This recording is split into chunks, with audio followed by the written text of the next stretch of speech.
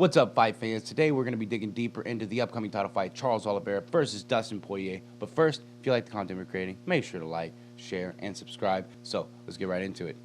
Charles Oliveira is coming in as a plus 130 underdog. Poirier coming in as a minus 155 favorite. I don't know if I particularly agree or disagree with these numbers. It's a close fight, and either man can walk away with the title. But let's take a closer look and see how they can win this fight. For Charles Oliveira, I say his best shot at winning this fight is to use his grappling and long strikes, to not mess around too much between those two ranges. He has great teep kicks. He has leg kicks that he can throw outside of many people's punching range. He is great at checking leg and body kicks. He keeps his front leg loose on the ground to have it ready for the check. He consistently hand fights at range against his opponent's lead hand, making it hard to gauge distance. He tries to pull his opponent's guard down or parry their jab. He's really good at finding long strikes to land while he's doing this as well, kind of like this head kick against Tony Ferguson. Oh my gosh. He has a very sneaky and long left hook. In his fight with Michael Chandler for the title, Chandler reaches for the jab.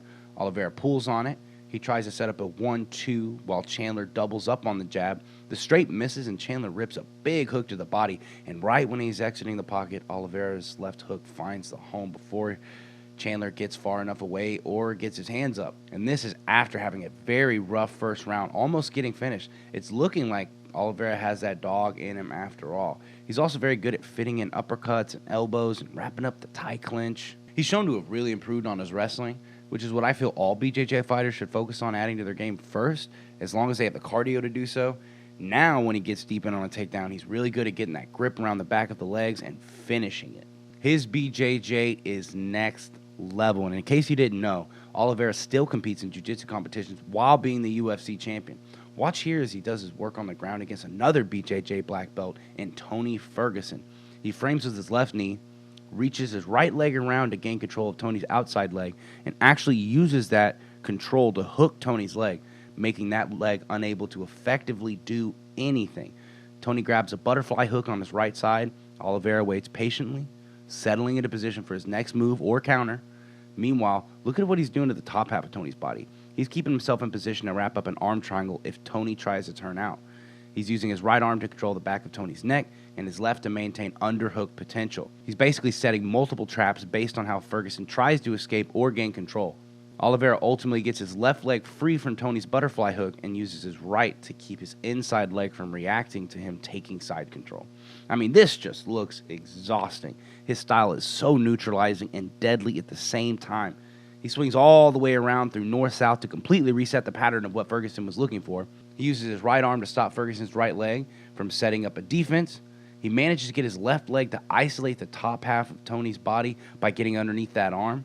He then frames on Tony's waist and swings his right leg over to grab full mount. I could definitely see Poirier in this position, giving up his back and Oliveira wrapping up a rear naked choke. He has a habit of staying put even while fighters are building momentum on him and closing the distance. In this clip here, he may have found his opening and turned the tide against Tony Ferguson, but that's going to be hard to do with someone like Dustin Poirier. Poirier is much cleaner while entering the pocket and doesn't put himself off balance or out of position the way that Tony Ferguson does. I do see Poirier catching him kind of clean after he throws a front kick, and while he's bringing his leg down, I feel like Poirier is going to really time that and find his way into the pocket. And he keeps his head too close to the center line when he's slinging some leather or he's throwing kicks. He's better off probing at range against Poirier, countering him on the way in and clinching up or shooting on him when he gets too close. If he can consistently do this against Poirier throughout the fight, then I think he has a winning formula.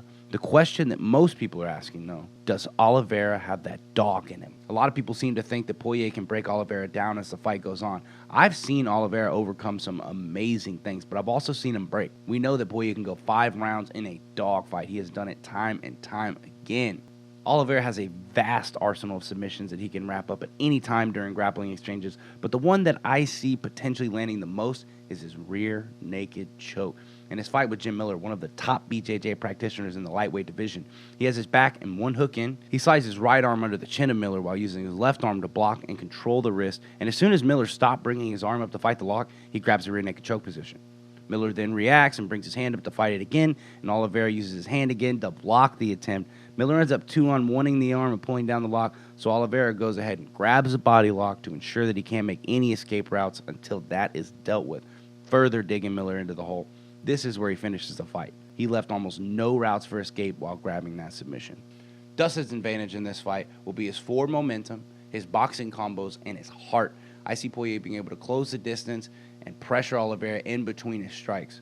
Oliveira doesn't move his head much, and he's either striking or using his footwork. He doesn't usually do both simultaneously. It would do him good to start working on countering while he's moving backwards. That would help relieve the pressure of someone like Poirier. One thing I'm worried about for Oliveira in this one is Dustin's shifting combo. Dustin putting the pressure like that is going to put him in position to really put some damage on Oliveira. Like I said, with Oliveira's style, he's either striking or moving, not both. And if he brings his leg up when Poirier is coming in like this, his chin is going to be an easy target. And Poirier changes stance to corner people in very often. I see Oliveira having a hard time retreating.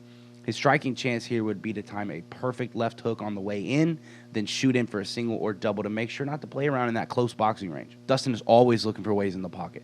He'll feint out a lot of different things or just start throwing combos to try to get guys to go for the counter and stop moving.